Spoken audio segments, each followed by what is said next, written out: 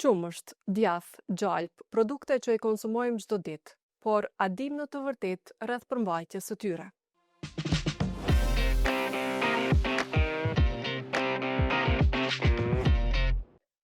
Vaj i palmës, qumshti i pluhur dhe yndyrna të tjera bimore u përmendën në debatin e fundit të krijuar pas kontrolleve në industrinë e qumshtit në Kosovë.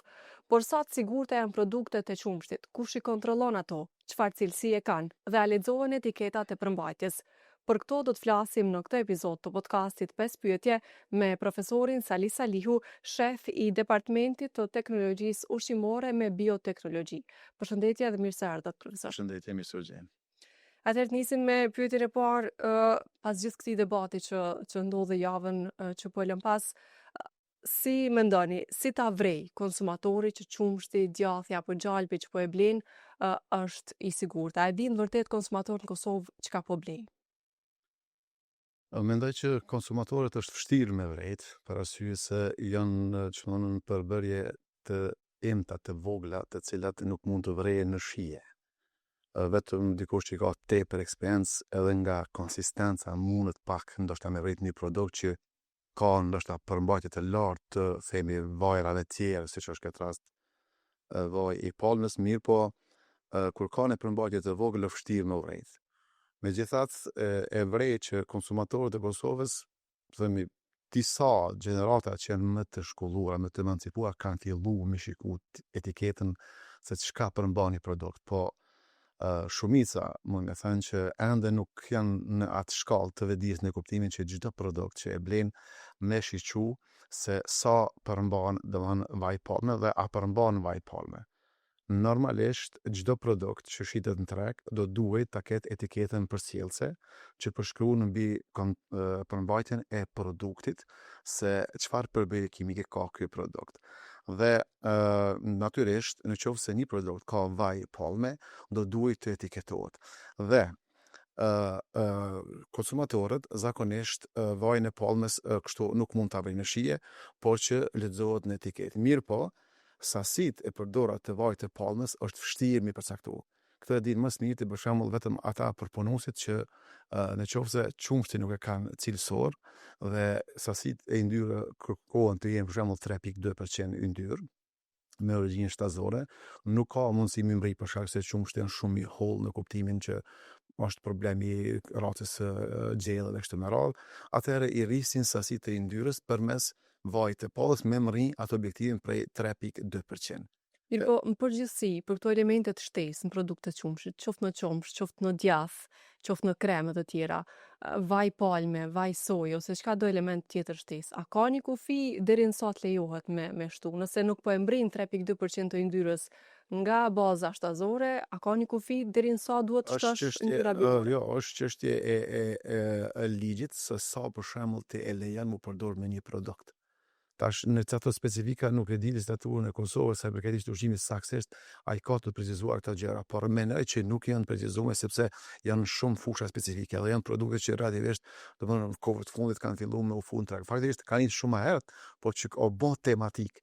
Edhe mendoj që këto organet themi në këtë rast ndoshta Kuvendi i Kosovës, deputetët do të ngritin këtë çështje me shqyrtuar nëse eventualisht nuk janë të precizuara me ligj me saksu.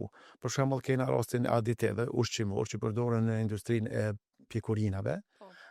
Zakonisht maksimumi 2% lejohet për shembull më përdor në 1 kg miell mund të përdoren deri 20 gram aditiv, domethënë 2%, për ndryshe më shumë nuk mund të përdoret. Çdo përdorim më tepër i aditive e prish cilësinë e produktit. Fillimisht ai përdoret për mirë forcu brumin e miellit, me dalë një bukë më cilësore, me rrit vëllimin e bukës, me bëm atë pashme për konsumatorin, po që e dëmton sigurisht pastaj më në fund e shëndetit e njerëzve për shkak se sasitë e tepra të aditive po edhe produkteve tjera që përdoren si shtesa tjera në një produkt të caktuar që ka për bazë diçka tjetër, natyrisht që nuk janë të shëndetshme. Për këtë arsye konsumatorët tanë ndoshta duhet të jenë pak më të vetëdijshëm në këtë kuptim me përcjell dhe unë me sa kam pa në treg produktet që përmbajnë vaj palme shkruan krem, tregojnë që janë prej krem, domethënë prej vajit të palmave, sepse nuk e ka përmbajtjen në 100% margjinë shtazore, po ka përmbajtjen në margjinë bimore dhe aty janë precizuara edhe në themi në etiket, në reklam ku ka marketing, ku shkruan brendi i produktit shkruan që është krem, pra është një produkt Këtu është krem. edhe një rregullore e Bashkimit Evropian ku thotë që terma si qumsht, djath, gjalp rezervohen për produkte që ekskluzivisht bruto janë nga qumshti dhe nuk kanë shtesa të tjera. Sa respektohet kjo në Kosovë? A ndodh që gjitha paketimeve që thuhet djath, po jo të gjitha janë vërtet djath, jo të gjitha janë vërtet nga qumshti. Kjo është nëse e vërtet, pra Agjencioni i Ushqimit dhe Veterinës natyrisht ka shumë punë për me bën terren. Edhe mendoj që të gjithë përpunuesit, jo vetëm një përpunues, po të gjithë përpunuesit e Kosovës duhet të kontrollohen. Unë mendoj që vaji i palmës është përdorur dhe përdoret gjithandej nëpër Kosovë, të fillu prej prodhimeve domthonë blegtorale që janë këtë rast qumshti, djathi, gjiza, gjalpa e në produkte tjera domthonë të qumshtit, por edhe në industri tjera, themi që është shembull yndyra tjera që përdoren për gastronomi, për shembull, për pjekje të produkteve të mishrave në vaj, të cilat mendoj që e përdorin në sasi shumë të madhe, pasi që vaji i palmës ka një forcë djegëse më të fortë se sa vajra tjerë dhe është më i qëndrueshëm dhe krijon temperaturë më të lartë.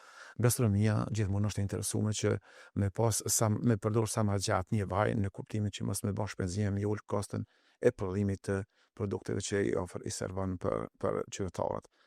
Këtu mendoj që Agjencioni i Ushqimit dhe Veterinës duhet me qenë më aktiv në terren, duhet me i kontrolluar, por është let edhe e menaxhueshme në kuptimin sepse po të ishte ndaluar me ligj, nuk do të ishte e lejuar me importu. Me qenë se importohet, kjo është e lejuar me ligj dhe produktet e vajit të palmës apo vaji i palmës është ushqim, domthonë përdoret në industrinë ushqimore, por duhet të përdoret në masë dhe aty ku përdoret duhet të shkruhet saktësisht sa sasi është përdorur dhe thjesht mu tregu sakt që ka vaj palmë. A është që mënyra vetme që është konsumatori me dallu që një qumsht që po e blen nuk është 100% qumsht? Në qoftë se rrisin për shembull masat e kontrollit nga Agjencioni i Veterinës dhe Ushqimit, atëherë mendoj që detyrohen përpunuesit me përdor vajin e palmës në sasi minimale sa dhe janë të lejuar, sepse ai din më mirë se themi çdo kush se sa lejohet me përdor, edhe thjesht mi ofruan me etiket që sasia që është përdorur e vajit palmës në këtë produkt është kaq %. Atë është në dorën e konsumatorit me vendos se a don me pas një produkt të tillë apo nuk don me pas një produkt të tillë. Por përtej asaj që ka shkruhet në etiketën e një produkti dhe asaj që ka në vërtet përmban, a ka një diskrepancë, a ka rrezik që bizneset të shkruajnë tjetër gjë në paketim dhe tjetër gjë të kenë përmbajtje. Se edhe ky është një dyshim nëse shkruan 20% vaj palme, po të ketë ndoshta 40 ose 60%. Ka, ja bindur që ka. Domethënë neve na intereson shëndeti publik. Ne secili njeri që është normal në Kosovë duhet të interesohet së pari për shëndetin publik. Duke qenë se ushqimet prekin çdo familje, domethënë pa dallim, as race, as gjinie, as feje. Pra, secili njeri i gjallë në këtë tokë ushqehet me produkte bujqësore. Dhe këto ne do të me konë vetëdijshëm që mos me servu ushqime që nuk janë të shëndetshme. E për këtë arsye them që Agjencioni i Ushqimit dhe Veterinës as nuk duhet të paragjykohet nga kompanitë, por edhe ata nuk duhet të veçojnë kompani. Duhet të shkohet rend kompanive në mënyrë që ta rrisin kontrollin dhe ta ulin shkallën e përdorimit të vajit të palmës në produktet me origjinë shtazore. Por ajo që është më lehti me bë ata mund me pa edhe shkallën e importit të vajit të palmës. Në momentin që importon vaj palme në sasi shumë të mëdha për një vit, ti mundesh me ditë edhe konsumi blegtoral sa është në Kosovë dhe natyrisht që çaj konsum blegtoral, çaj sasi e vajit të palmës të importuar shpërndahet në konsumet, domethënë në produktet blegtorale, por edhe në industri tjera ushqimore. E tash duke qenë 1.5 milion banor në Kosovë rezident, duke ditë edhe mënyrën e të ushqyerit të na, mund me ditë saktë se ku shkojnë më tepër sasi të vajit palmës, edhe me stopu. Mendoj që letë është në kufi mund njeri me kontrollu, domethënë hyrjet e produkteve të vajit të palmës edhe me i ndalu domethënë ose me arrit kontrollin që mos me lënë përdorjen e masë. Tash ekzistojnë edhe laboratore ku mundet me analizu se çfarë masa është përdorur vaj i palmës, dhe çdo produkt që për shembull fermentohet e qet vajin e palmës arritet sasia e yndyrës, mund me ditë qumshtin fillestar sa e ka pasur yndyrën, edhe pse ka arrit tash, edhe mundesh me gjetë me kontrolla sporadike, me një kujdes më të veçantë për secilën kompani, mundesh me e përcaktu sasitë e vajit palmës. Tek pjesa e kontrollit shtetëror mbi këto produkte, a mendoni që duhet të jetë rutinore, jo vetëm kur ka dyshime, jo vetëm kur bëhet mediatike, jo vetëm kur ka problemi. Unë debat? mendoj që problemi është që nuk duhet mi dhon as ngjyrime politike, as nuk duhet me qenë kjo gjithmonë vetëm kur kena situata të ndjeshme zgjedhore, para zgjedhore, sepse këtu kena të bëjmë me ushqimin nacional, domethënë shëndetin publik, ti nuk duhesh me këshyta se këtu të vazhdimisht me bë kontrolla rutinore. Ata kanë detyra shumë, kanë obligime shumë, po ky është misioni i tyre që me kontrollu ushqimin që prodhohet në Kosovë dhe me kontrollu ushqimin që importohet në Kosovë. A ka një shembull ndoshta të një shteti të Evropës ose të Bashkimit Evropian, për mënyrën si bëhen këto kontrolle, që edhe bizneset ta kenë vetdijen që mos ta din kur vjen inspektorati, mos ta din kur vjen kontrolla. Po që Edhe në t'jen Austri, edhe në gjithmonë Gjermani, sigurt çdo sa vend kuptohet. ka produkte që janë me vaj palme. Shumica e produkteve, po në çdo vend shkruan saktësisht përqindja e vajit të palmës, edhe shkruan sasia, domethënë faktikisht sasia ose përqindja e vajit të palmës, edhe shkruan sakt që në fillim që është produkt i përzierë me vaj të palmës. Edhe këto tash kanë fillu pi shkruajnë, po problemi është a është e vërtet me atë që e ka shkru. Domethënë sasia që e ka përdorur ai a përkon me etiketën që e ka. Qysh me dallu? Qysh me bë një kontroll që Është vetëm me u vërtetua vetëm kështu? agjencioni i veterinisë dhe ushqimit, bashkëpunim me laboratorin Institutit Bujqësor Penjës, me Fakultetin e Bujqësisë, ka mundësi me vërtetu këto. Por vetëm instituti i agjencioni i ushqimit dhe veterinisë ka laboratore, teknologji të mjaftueshme për analizat e tilla. Tash nuk e di sa kanë staf, ama për që teknologji, mjete laboratorike kanë sa të dush për me bë analizat e tilla, edhe veç duhet me pas vullnet të mirë. Thjesht mu kriju një percepcion se vullneti është i mirë, edhe mos më përdor agjencioni i ushqimit për qëllime tjera, por me qenë ekskluzivisht për mbrojtje të shëndetit publik.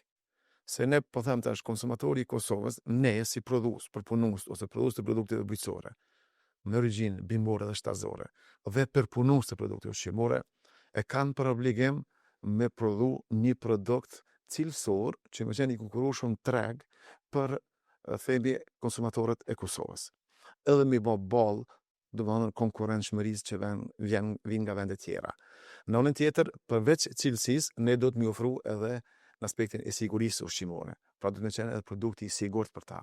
Pra jo domosdoshmërisht, konsumatori i Kosovës duhet me përdor ushqim të Kosovës vendor për ta ndihmuar këndse ekonominë e vendit, që normalisht kemi qenë shumë mirë, por jo duke dëmtuar shëndetin e tyre.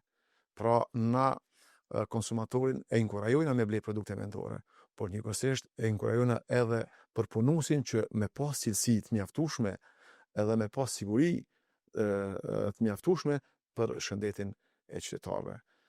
Kjo për fat keq kanjherë nuk bëhet asnjëherë në sfond, gjithmonë bëhet themi një farë rrëmuje kështu njavore, duke bëj debate, takime e shkrime, dhe më pastaj harrohet që të na rreze shkon 2-3 vite derisa të një nevojë tjetër për ndonjë skandal apo të ndonjë nevojë tjetër, më të thënë është edhe politike për me tregu se jem të punu diçka në këtë drejtim. Tek leximi i etiketave, përmendet që ende Kosovë nuk ka një vetdije të lartë konsumatorëve për këtë pjesë. Qysh me ngrit vetdijen? Qysh me i tregu njerëzve që të lexojnë produktin e asaj çfarë po blejnë? Edhe ndoshta qysh me vëma të kuptueshme për ta, sepse shumica e përmbajtjes, sidomos produkteve që vijnë prej jashtë, janë në gjuhë angleze, kanë terma ndoshta edhe kimik, është e shkruar vetëm në ngjyrë bimore, askush ose shumë kush mund ta mos në kuptoj që aty është vaj i palmës ose vaj i sojës ose diçka tjetër. Është vetëm çështje e promovimeve të produkteve, çështje e informimit, çështje e reklamave më shumë, e nxitjeve, debateve për këtë çështje në për media, më shpesh pas debate për këtë çështje.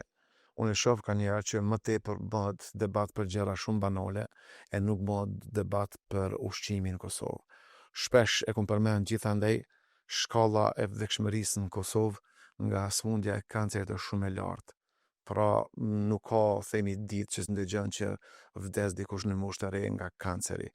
Natyrisht nuk mundna me paragjyku se nga është origjina e kësaj smundje, por duke qenë se Kosova për shembull është vend i vogël dhe i kena 2-3 vatra të infekcionit në kuptimin që është pyetje ndotja ambientit, po themi e lezhoni fabrika çimentes Obiliqi që e kena domethënë Qymyrin, pastaj e kena Ferroniklin e kështu me radhë.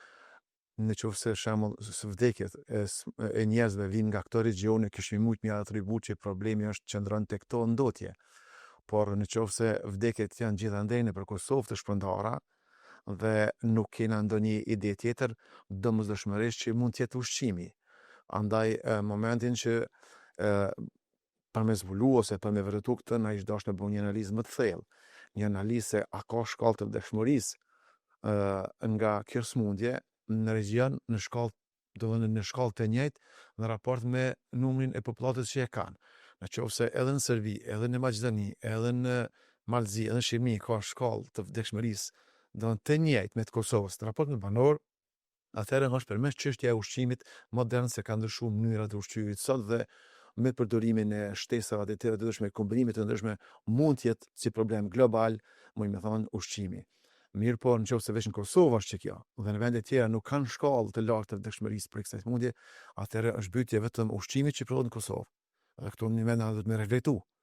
Mirë po, me këtë çështje deri më sot, edhe pse shpesh e kam hapur si debat, madje kam qenë edhe në Kuvend të Kosovës, e kam hapur si debat, ne duhet të bëni një analizë të thellë se për nga buron kjo infekcion kaq i madh, kjo shkallë e lartë e vdekjeve. Po, përmendet këtë rrezikun do thot për smundje vdekjeprurse si kanceri nga ajo çfarë ne ushqihemi, por ndoshta për ta shpjeguar për qytetarët, sepse kanë dëgjuar gjatë gjithë javës vaj palme, qumsh pluhur, shtesa, por çush më u tregu pse s'bën një qumsh me pas vaj palme, pse s'bën një djath me pas qumsh pluhur dhe pse është keq tiket. Nuk mundesh me thonë që nuk bën.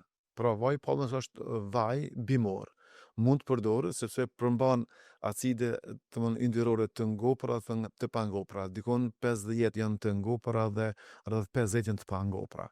Kanë vitamin A, kanë vitamin E që kanë shumë rol të rëndësishëm për shikim, për ngjyrë lëkurës, për mbrojtjen e membranave qelizore kështu me radhë, janë shëndetshme.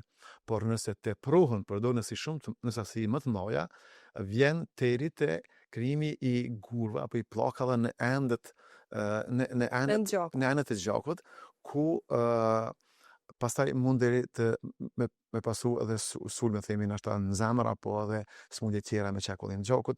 Këto pastaj mund me kon vdekjeprurse. Pra nuk është që është i dëmshëm kështu menjëherë. Teprica do të përbën rrezik. Por teprica, konsumimi sepse janë do produkte, për shembull margarini, por edhe produkte tjera, themi aerokremi, çokollatat, akulloret, e shumë produkte tjera përdoren me sasi shumë të mëdha. Për me marrë konsistencën me avon edhe shije dhe konsistencën me avon produktit, edhe faktikisht atëherë sasia e përdorimit nga këta individ që konsumojnë këto produkte është shumë e lartë. Njerëzit që kanë obezitet, normalisht me përdor këto produkte mund të kenë edhe pasoja nga këto produkte, po kështu me thonë detyrisht që kush u përdor themi 1% vaj palme është në rrezik se do të smund nga një smundje, edhe absolutisht nuk është edhe e vërtetë, kjo nuk qëndron. Dhe se gjithë bota i përdor normalisht. Dhe për fund, profesor, çka duhet bëhet në Kosovë që konsumatorëve të ngritet besimi mbi produktet, specifikisht ato të qumshtit që i përdorin.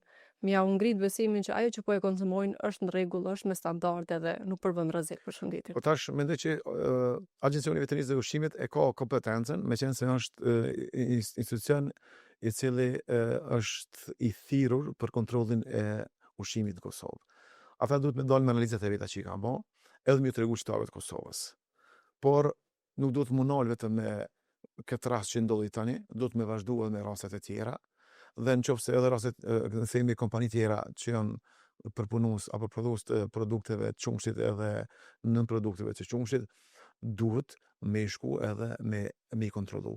Edhe këtë jo vetëm një herë, tani si më bën për një javë me kry të gjitha dhe pastaj me hesht, po vazhdimisht me pas kontroll në terren, m'ja marr mostrat në mënyrë sporadike, në mënyrë rutinore, pa ju treguar krejt përpunuesve në Kosovë. Në këtë kuptim, dykura vetë përpunues të mësohen se duhet me pas rënd dhe leq për këtë çështje, duhet me respektu sasitë që janë të lejuara në përdor. Me këtë gjithmonë me pas debate televizive ose themi shkrime ose themi promocione që i jemi ty kry punë që shdohet, me dhonë informacione qytetarëve përmes mediave që o rrit kontrolli i produkte ushqimit në Kosovë dhe mund të konsumoni. Po është interesant që pse nështë ndodhin këto, pyetja pse duhet mi shtu që të në vaj palme, pse ka probleme me qumsht.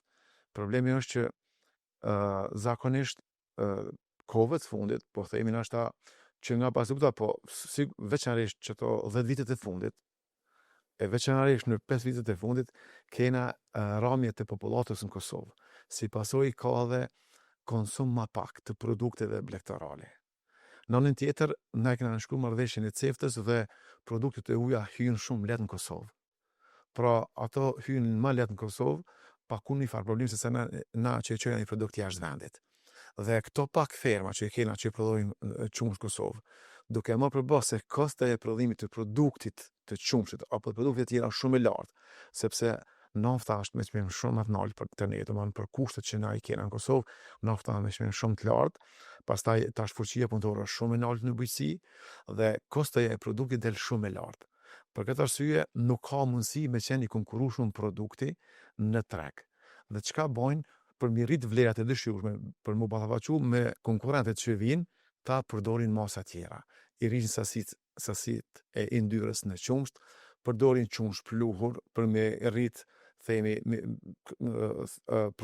kapacitet e veta prodhuese, edhe në këtë mënyrë, për shembull, shumë ma lehtë është me bën një qumsht pluhur, qumsht me servu, me afru qytetarit, sesa me mojtën 100 krerë gjedhe edhe me mojt 3 punëtor për me prodhu atë qumsht. Këto janë pra shumë të faktorë tjerë që ndikojnë, për këtë arsye mendoj që kjo do të shihet pak ma gjanë, në qoftë se e kena syne me zhvillu bujqësinë e Kosovës, na duhet krijojnë masa mbrojtëse të prodhimit vendor. Do të dim sakt sa krerë gjedhe i kena në Kosovë, sa litra qumshti prodhon në Kosova, pse hin qumshti ka flet në Kosovë, çfarë barriera do të jetë qumshit huaj, në mënyrë që farmeri i Kosovës me pas të garantuar tregun e qumshtit në Kosovë, dhe e dyta, kur e ki tregun e garantuar dhe e ki kontrollin e ki dhe cilësinë në aspektin e të mund kvaliteti e cilësisë, por e ki edhe sigurinë sepse është produkt vendor. Unë mendoj që nëse çdo gjëna bëhen më i shëndetshëm është produkti jon vendor, për shkak se me kshy realisht në Kosovë pa kena ndat të maj gjigant që shkan perëndimi, duke qenë se s'kena industri tron. Pra ambienti, ajri në Kosovë nuk mund të jetë i ndotër sikur vendet që kanë shumë industri tron. Pra ju e dini në gjithë Kosovën janë 2-3 fabrikat më që ndotin ambientin dhe nuk ka ndërkaq vende tjera kena industri shumë më zhvillume. Mandej përqindja e veturave në ato vende sa është ato themi gazra, pastaj përmes rreshjeve kthehen në për kullosa. Ato kullosa shkojnë te kafshët dhe pastaj kthehen deri te produkti final. Po për këtë arsye mendoj që si ambient e kena shumë favorshëm. Kreç ka do të mikru një klim të mirë për përpunuesit, për prodhuesin e fillestar të produktit bazë qumshit, por edhe për përpunuesit me mbrojt ata. E ky është një zinxhir që ish dashur të lidhen prodhuesi, ish dashur të lidh përpunuesi, por edhe agjencioni do në institucionet të shtetit që me qenë funksion të tyre, sepse foni funit këta janë pjesë të bujqësia është dek e ekonomisë, blegtaria dek e bujqësisë dhe bujqësia është dek e ekonomisë dhe ndikon në zhvillimin ekonomik të vendit. Dhe mendoj që mund të ndoni kontribut shumë të mirë në bujqësi. Do të më imagjinu, në qoftë se ne konsumojmë rreth 1.2 miliard ushqim i konsumojnë në vet, rreth 800 milion janë produkte të importuara. Pra 300 e 400 milion dikund prodhohen Kosovë produkte ushqimor, tjerat këtë importohen. Imagjinoni sikur 800 milion të tjera që i qesmi jashtë vendit për produkte bujqësore, më pas prodhohen në Kosovë, ato mbesin në Kosovë. E 1 miliard me vjen Kosovën vetëm nga produktet bujqësore, si kishim ndikuar në rritjen ekonomike të vendit tonë. A neve na i qojnë shembull mërgjimtar të hollat devizat, na i qojnë për shembull remitenca që vinë për mërgjimtarëve, vinë në Kosovë, çka bojnë na, nuk ishtin në punë me prodhu diçka, po ato remitanca vetë që janë në Kosovë duke bërë produkte vendore, na shkojnë blejnë produkte të hujat dhe qysh i eksportojnë fëmijët dhe njerëzit ta njerëz vendit, ata për fat mirë na i çojnë parët në Kosovë, na dhe parët eksportojnë jashtë vendit dhe blejnë produkte tjera. Pra nuk është politik zhvillimore, po mendoj që është thjesht një gabim që nuk pretendohet që çdo cent që hyn në Kosovë menon në Kosovë, sepse ka mundësi. Po tash me ikjen e të rive, është bërë më vështirë me zhvillu sektorin e bujqësisë. Pra në tregun e punës gjend punëtorë mbi 55 vjet, që nuk janë mjaftuar shumë kompetent dhe nga aspekti edhe i forcës për në zhvillu sektorin e bujqësisë. Pra janë bën shumë probleme, edhe mendoj që një ditë do të më ul krejt bashk edhe më thonë çka po bëjmë me këtë sektor. Apelon këtë, apo zhvillojmë çështë do të analizohet pak më thellë. Faleminderit shumë për kohën dhe bisedën në këtë epizod. Faleminderit. Shikues dhe dëgjues të Radios Evropa e Lirë, ishte ky epizodi kësaj jave i podcastit 5 pyetje. Shihemi dhe dëgjohemi të shtunën e radhës.